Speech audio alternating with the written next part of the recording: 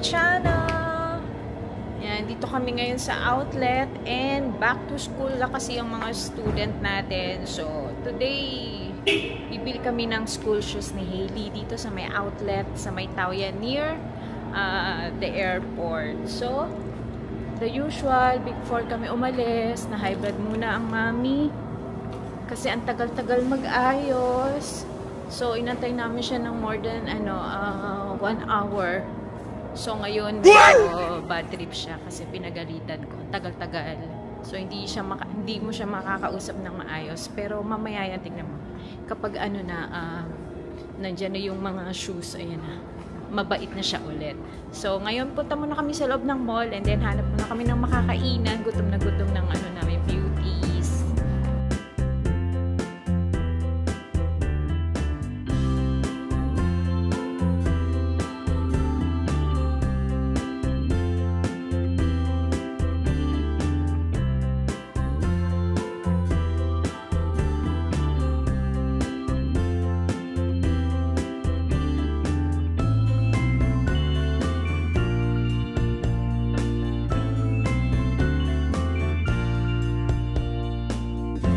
Yan guys, so we're looking for a restaurant. Ayaw nila sa sa fast food. Anyways, you understand. Si Hailey, she wants expensive food. Of course, I'm going out with my parents. Wow! Wala na kayo pang date yet. Next week. Yeah, okay. So we're here. So many people. What do you want to eat? She wants to eat Thai food daw.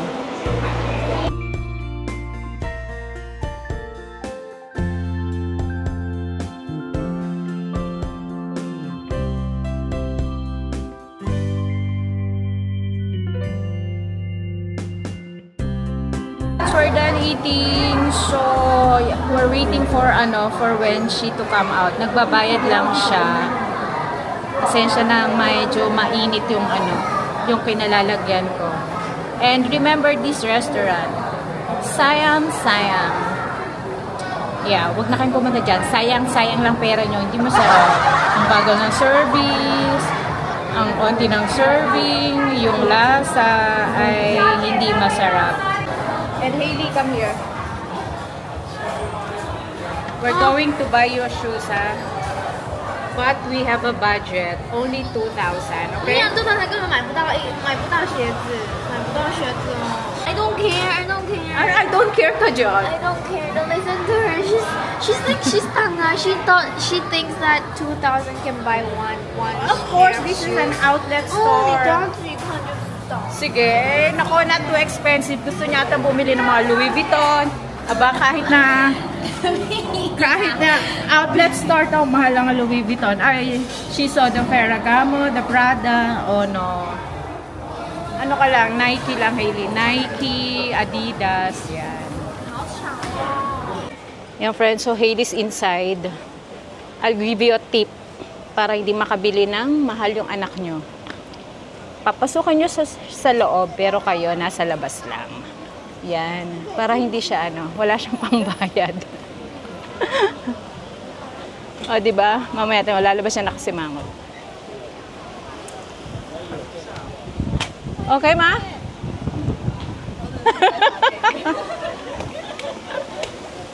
O, diba? Labas siya agad. Kasi wala yung niya. Nothing. What? Nothing. I said you're inside the store. What? Looking around. Yeah, so galing kaming Nike. Wala siyang nagustuhan. Why you didn't like something there? Ayaw niya kasi mura. Gusto niya mahal. So, hanap ulit kami. They will think I'm a gold digger, okay? It's not about the price.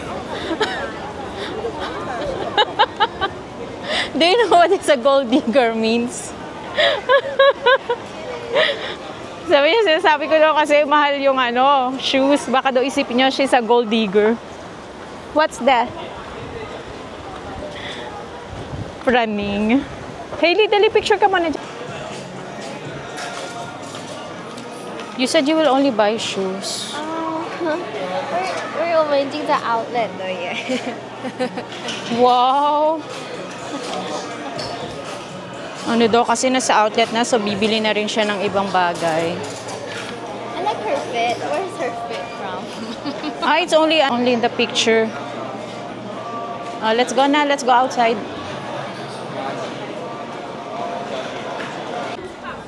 Nakakailang store na kami pero wala pa kaming nabibili. Ba't gano'n, no? Ang daming magaganda pero hindi ka baka pili. That one? Pangit. 这个颜色。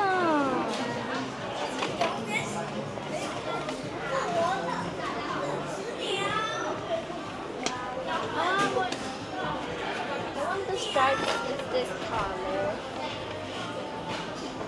That's the only color. Look there, up there.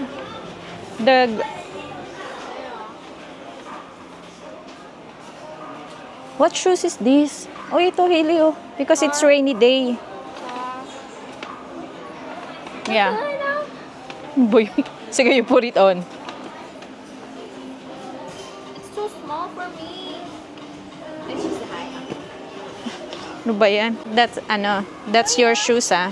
For school. Huh? For school. 这不是啊。 Ito, ang cute.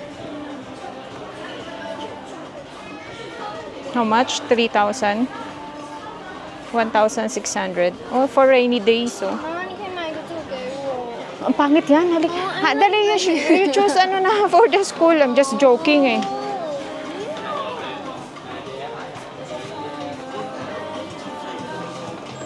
This is for the kids na.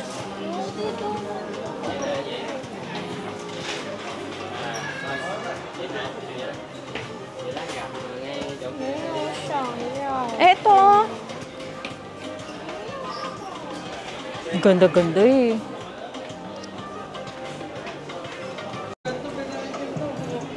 It looks like your alien shoes. No, bakit ganito? Are you sure this is for basketball? It says How can you jump with this? you try it on. It's for girls and boys also. Yan? For boys and girls? You tell your friends to buy. Partner kayo. Sige.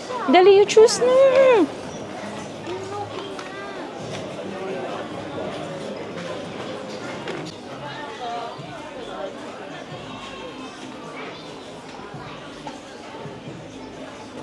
Can we just buy online? 这个都没有我选择。 Ngayon naman, online. We're already here. You just choose. Told you. Baliw. Ang pangit-pangit yun. I told you I like What are going to...